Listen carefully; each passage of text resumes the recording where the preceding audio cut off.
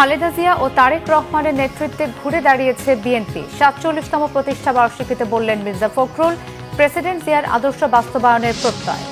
ময়মনসিংহে হল ছাড়ার নির্দেশ উপেক্ষা কৃষি বিশ্ববিদ্যালয়ের শিক্ষার্থীদের। চট্টগ্রাম বিশ্ববিদ্যালয়ে ১৪৪ ধারা সহ যৌথ বাহিনীর অবস্থান। রাজশাহীও উত্তপ্ত। ভিপি নূরকে আইসিইউ থেকে নেওয়া হচ্ছে কেবিনে, দেয়া হচ্ছে স্বাভাবিক খাবার। পুরোপুরি সুস্থ হতে লাগতে পারে আরও ২ মাস। আসসালামু আলাইকুম সম্মানিত দর্শক মণ্ডলী, গুরুত্বপূর্ণ কিছু ভিডিওর আপডেট নিয়ে এসেছি যা এই মুহূর্তে ভাইরাল। নেট দুনিয়া তোলপাড়, সামাজিক যোগাযোগের মাধ্যমে চাঞ্চল্যকর সৃষ্টি হয়েছে। চলুন সম্পূর্ণ ভিডিওটি দেখাবো। তার আগে একটা চ্যানেলে নতুন হলে চ্যানেলটিকে সাবস্ক্রাইব করবেন এবং পরবর্তী ভিডিওর আপডেট পেতে চ্যানেলের নোটিফিকেশনগুলো অন করে দেবেন। চলুন ছোট করে একটি লাইক করে সম্পূর্ণ ভিডিওটি শেষ পর্যন্ত দেখতে থাকি। মহান স্বাধীনতা যুদ্ধে বীরত্বপূর্ণ অংশগ্রহণের মধ্য দিয়ে ব্যাপক পরিচিতি পান জিয়াউর রহমান। জেড ফোর্স এবং স্বাধীনতার ঘোষণা শহীদ জিয়াকে নিয়ে যায় অনন্য উচ্চতায়।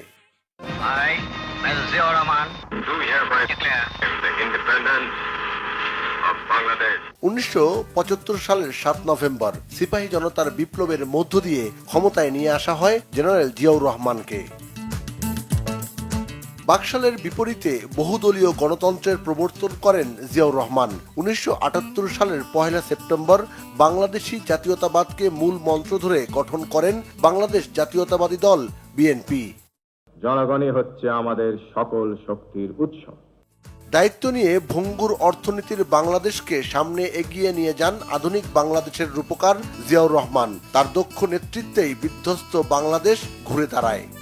আমরা যুদ্ধ করে স্বাধীনতা এনেছি এবং সেই স্বাধীনতাকে ফলপ্রসূ করতে হবে, অর্থবহ করতে হবে। আজ আমাদের অর্থনৈতিক অবস্থার উন্নতি সাধন করতে হবে। তা করার উপায় হল হাতে কোদাল, খাল কাটো, খাল খোঁড়ো, খাল খোঁড়ো। তবে বেশি দিন দেশ সেবার সুযোগ পাননি জিয়াউর রহমান। 1981 সালের 30 মে চট্টগ্রামের সার্কিট হাউসে বিপদগামীদের বুলেটে জীবনাবসান ঘটে স্বনির্ভর বাংলাদেশ গড়ার এই স্বপ্নদ্রষ্টার।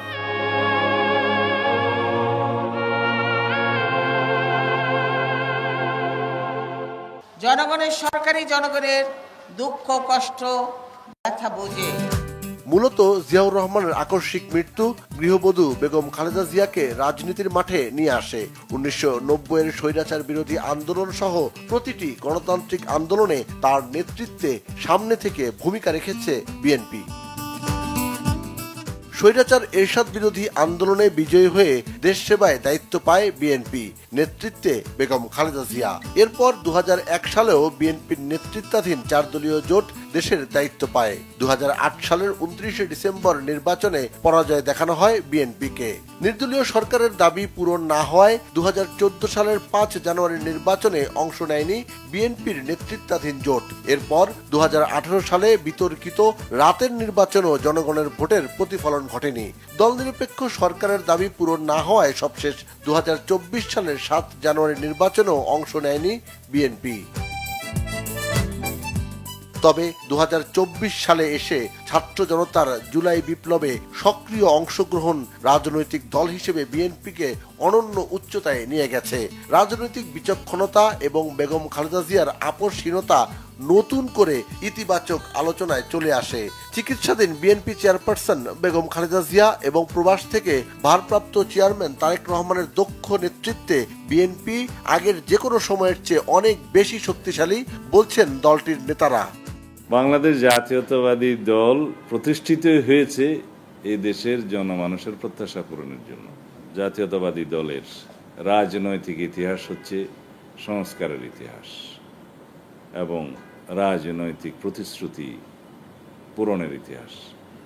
আমাদের দলের ইতিহাস হচ্ছে জনগণের আস্থা অর্জন করে উন্নয়ন এবং সমৃদ্ধির ইতিহাস।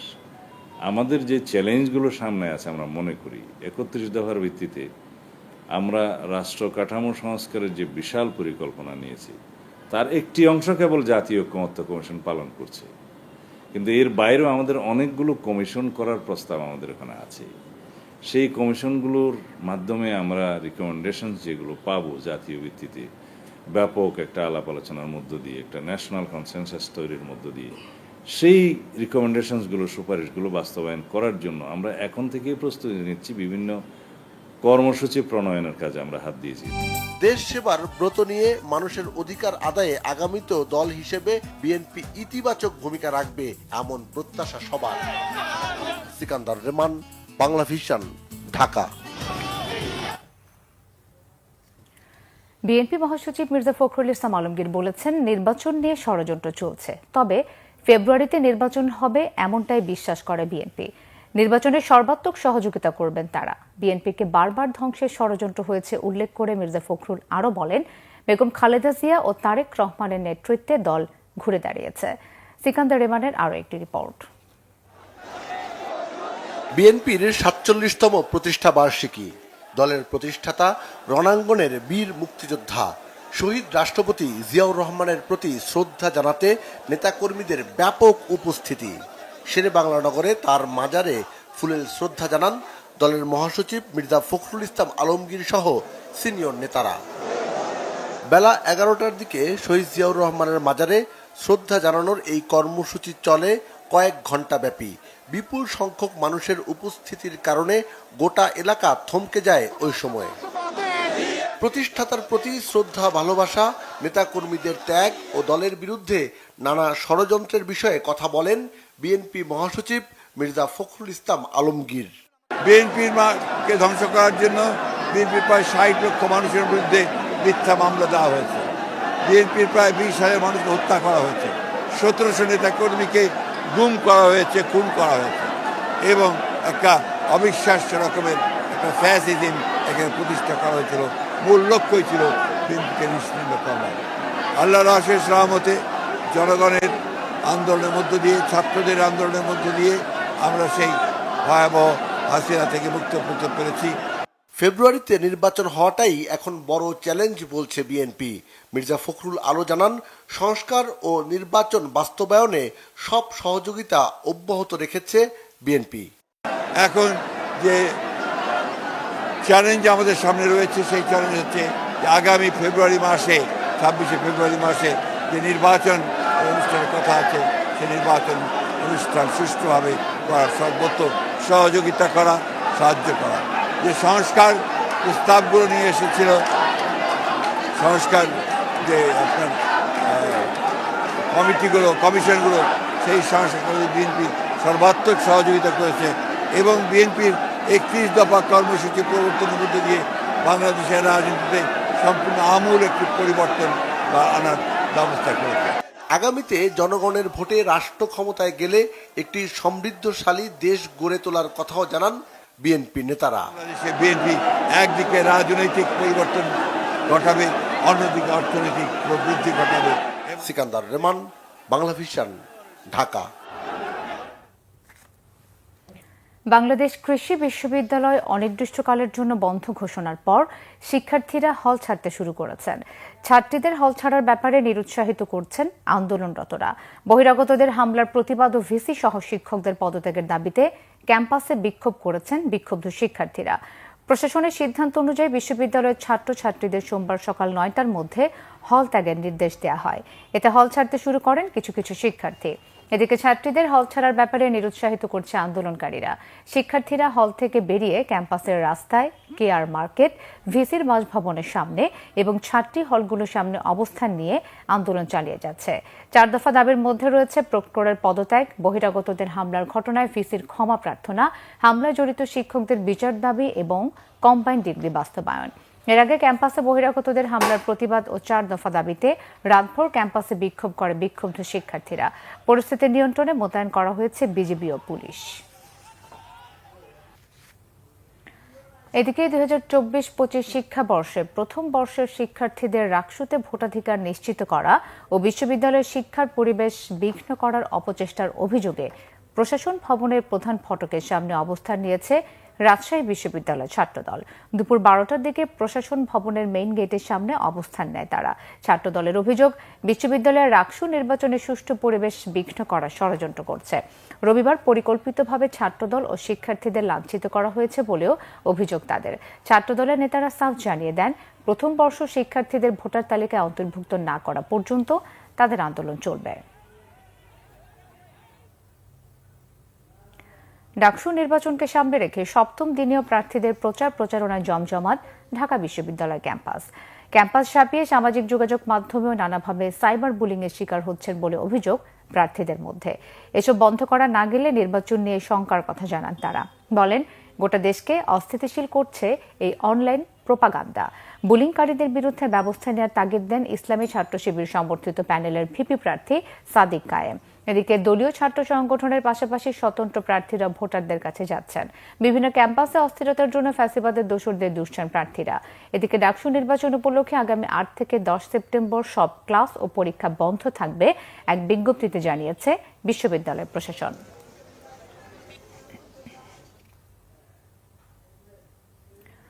দর্শক, এই মুহূর্তে ঢাকা বিশ্ববিদ্যালয় ক্যাম্পাসে আছেন আমাদের সহকর্মী শুভ মাহফুজ। আমরা এখন সরাসরি কথা বলছি তার সাথে। শুভ, ডাকসু নির্বাচনের প্রচার প্রচারণা কেমন চলছে আর প্রার্থী এবং শিক্ষার্থীরা কি বলছেন?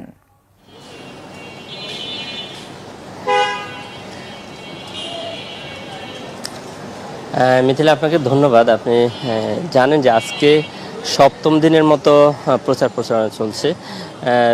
একটি বিষয় জানিয়ে রাখি, সেটি হচ্ছে যে এই 4 দিন বিশ্ববিদ্যালয় বন্ধ ঘোষণা করেছে এই নির্বাচন উপলক্ষে। কিন্তু সাধারণত বিশ্ববিদ্যালয় বন্ধ হলে কিন্তু শিক্ষার্থীরা কিন্তু গ্রামে চলে যায় বা বেড়াতে যায়, কিন্তু তারা কিন্তু সেটি যাচ্ছে না। আমরা তাদের কাছে জানতে চাইছি যে আসলে তারা এই ভোট যুদ্ধে সর্বশেষ কে জয়ী হয়, তারা যাদেরকে সমর্থন দিচ্ছে তারা জয়ী হচ্ছেন কিনা, সেই ধরনের একটা আমেজ তাদের মধ্যে কাজ করছে। আমরা সকাল থেকে ছাত্র শিবির যে প্যানেল, সেই প্যানেলের প্রার্থী সাদিক কায়েমকে দেখেছি প্রচারণা চালাতে। আবদুল ইসলাম খান ছাত্রদলের পক্ষ থেকে যে বিপি প্রার্থী, তাকেও দেখেছি প্রচার চালাতে। মোটামুটি নির্বাচনকে ঘিরে যে একটা উৎসব মুখর পরিবেশ, সেটা কিন্তু আমরা সকাল থেকেই কিন্তু দেখতে পাচ্ছি।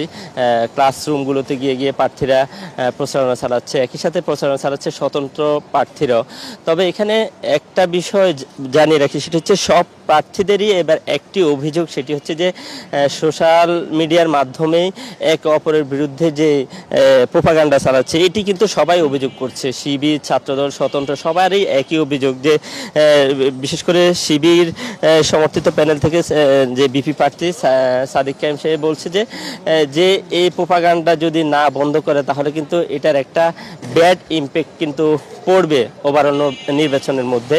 তাই এর জন্য প্রশাসনকে ব্যবস্থা নেওয়ার জন্য তিনি অনুরোধ জানিয়েছেন। একই সাথে ছাত্রদলের আবদুল ইসলাম খান তিনি আমাদেরকে যেটি জানিয়েছেন যে এখন পর্যন্ত নির্বাচন সুষ্ঠুভাবে হবে বা নির্বাচন কেন্দ্রিক যে কোনো ধরনের আশঙ্কা তিনি দেখছেন না, এবং নির্বাচনকে ঘিরে তিনি সব ধরনের সহযোগিতা তাদের পক্ষ থেকে করা হবে, এই বিষয়গুলো তারা জানিয়েছেন। আরেকটি বিষয়, ছাত্র শিবির সমর্থিত প্যানেল থেকে বিপি প্রার্থী সাদিক কায়েম বলছেন যে সারা দেশে যে শিক্ষা প্রতিষ্ঠানগুলোতে যে বিশৃঙ্খলা হচ্ছে, বিশেষ করে চট্টগ্রাম, একই সাথে শেরেবাংলা কৃষি বিশ্ববিদ্যালয় সহ যেসব শিক্ষা প্রতিষ্ঠানের অস্থিরতা তৈরি হয়েছে। আপনাকে ধন্যবাদ। গণ অধিকার পরিষদের সভাপতি ও ডাকসুর সাবেক ভিপি নুরুল হক নূরের স্বাস্থ্যের উন্নতি হচ্ছে। আইসিইউ থেকে তাকে নেওয়া হচ্ছে কেবিনে। সোমবার ঢাকা মেডিকেল কলেজ হাসপাতালের পরিচালক ব্রিগেডিয়ার জেনারেল আসাদুজ্জামান জানান, 1 সপ্তাহের মধ্যে নুরুল হক নূর বাসায় যেতে পারবেন। তবে পুরোপুরি সুস্থ হতে আরও 2 মাস সময় লাগবে বলে প্রাথমিকভাবে ধারণা করছেন চিকিৎসকরা। ঢাকা মেডিকেলের পরিচালক বলেন, নুরুর নাক ও চোয়ালের ভাঙা হাড় পুরোপুরি ঠিক হতে 4 থেকে 6 সপ্তাহ সময় লাগবে। চিকিৎসকদের পরামর্শে স্বাভাবিকভাবে খাবার খেতে পারছেন নূর ছাড়াও গণ অধিকার পরিষদের আরও কয়েকজন নেতার চিকিৎসা চলছে ঢাকা মেডিকেলে। জুলাই আগস্টের গণঅভ্যুত্থানে সংগঠিত মানবতাবিরোধী অপরাধের মামলায় সাবেক প্রধানমন্ত্রী শেখ হাসিনা সহ 3 আসামির বিরুদ্ধে ট্রাইব্যুনালে 10ম দিনের সাক্ষ্য গ্রহণ চলছে। বেলা 11:30টার দিকে বিচারপতি মোহাম্মদ গোলাম মর্তুজা মজুমদারের নেতৃত্বে 3 সদস্যের আন্তর্জাতিক অপরাধ ট্রাইব্যুনাল 1-এ সাক্ষ্য গ্রহণ শুরু হয়। 6 জনের সাক্ষ্য দেওয়ার কথা আজ। এই মামলায় গ্রেফতার ও রাজসাক্ষী হওয়া আসামি সাবেক আইজিপি চৌধুরী আবদুল্লাহ আল মামুনের উপস্থিতিতে এই সাক্ষ্য গ্রহণ চলছে। এই মামলায় জুলাই আন্দোলনে আহত শহীদ পরিবারের সদস্য, চিকিৎসক, সাংবাদিক ও জুলাই হত্যাযজ্ঞের প্রত্যক্ষদর্শী সহ 29 জন সাক্ষ্য দিয়েছেন গত 9 দিনে। অন্তর্বর্তী সরকার সংস্কারের আকাঙ্ক্ষা পূরণ করতে পারেনি বলে মনে করেন অর্থনীতিবিদ, ব্যবসায়ী ও সুশীল সমাজের প্রতিনিধিরা। সংস্কার ও নির্বাচন প্রশ্নে অন্তর্বর্তী সরকার পথ হারিয়েছে কিনা এ নিয়েও প্রশ্ন তোলেন অর্থনীতিবিদ ডক্টর দেবপ্রিয় ভট্টাচার্য। সোমবার রাজধানীর একটি হোটেলে এসডিজি বাস্তবায়নে নাগরিক প্ল্যাটফর্ম আয়োজিত বাংলাদেশ রিফর্ম ওয়াচ অনুষ্ঠানে এসব কথা বলেন তারা। অনুষ্ঠানে বিকেএমইএ সভাপতি ফজলুল হক বলেন, সুষ্ঠু নির্বাচন আয়োজন ছাড়া অন্তর্বর্তী সরকারের পক্ষে বড় সংস্কার করা সম্ভব নয়। স্থানীয় সরকার বিশেষজ্ঞ ডক্টর তোফায়েল আহমেদ মনে করেন যে 5 মাস সময় সরকারের হাতে রয়েছে, তাতে সব সংস্কার সম্ভব নয়। তবে সংবিধানকে স্পর্শ করবে না এমন সংস্কার প্রস্তাবগুলো 5 মাসের মধ্যে বাস্তবায়ন সম্ভব। সংস্কারের যে সুযোগ এসেছে তা হারিয়ে যেতে দেওয়া যাবে না বলে মন্তব্য করেন সিপিডির সম্মানীয় ফেলো ডক্টর মুস্তাফিজুর রহমান। সংবাদ শেষ করব ক্রাউন সিমেন্ট শিরোনামগুলো আরও একবার জানিয়ে। খালেদা জিয়া ও তারেক রহমানের নেতৃত্বে ঘুরে দাঁড়িয়েছে বিএনপি। 47তম প্রতিষ্ঠা বার্ষিকীতে বললেন মির্জা ফখরুল, প্রেসিডেন্ট জিয়ার আদর্শ বাস্তবায়নের প্রত্যয়। ময়মনসিংহে হল ছাড়ার নির্দেশ উপেক্ষা কৃষি বিশ্ববিদ্যালয়ের শিক্ষার্থীদের। চট্টগ্রাম বিশ্ববিদ্যালয়ে 144 ধারা সহ যৌথ বাহিনীর অবস্থান। রাজশাহীও উত্তপ্ত। ভিপি নূরকে আইসিইউ থেকে নেওয়া হচ্ছে কেবিনে, দেয়া হচ্ছে স্বাভাবিক খাবার। পুরোপুরি সুস্থ হতে লাগতে পারে আরো 2 মাস। তো দর্শক মণ্ডলী, সম্পূর্ণ ভিডিওটি দেখলেন। ভিডিওটি নিয়ে আপনাদের মতামত অবশ্যই কমেন্ট সেকশনে রেখে যাবেন। আমরা নিরপেক্ষভাবে সব ভিডিও প্রকাশ করে থাকি। আপনারা একটি লাইক কমেন্ট শেয়ার করলে আমরা ভিডিও বানাতে উৎসাহ পাই। তাই চ্যানেলে নতুন হলে চ্যানেলটিকে সাবস্ক্রাইব করবেন এবং পরবর্তী আপডেট পেতে চ্যানেলের নোটিফিকেশনগুলো অন করে দেবেন। আজকের মতো বিদায় নিচ্ছি, দেখা হবে অন্য কোনো ভিডিওতে। সেই পর্যন্ত সবাই সুস্থ থাকুন, ভালো থাকুন। আসসালামু আলাইকুম ওয়া রাহমাতুল্লাহ।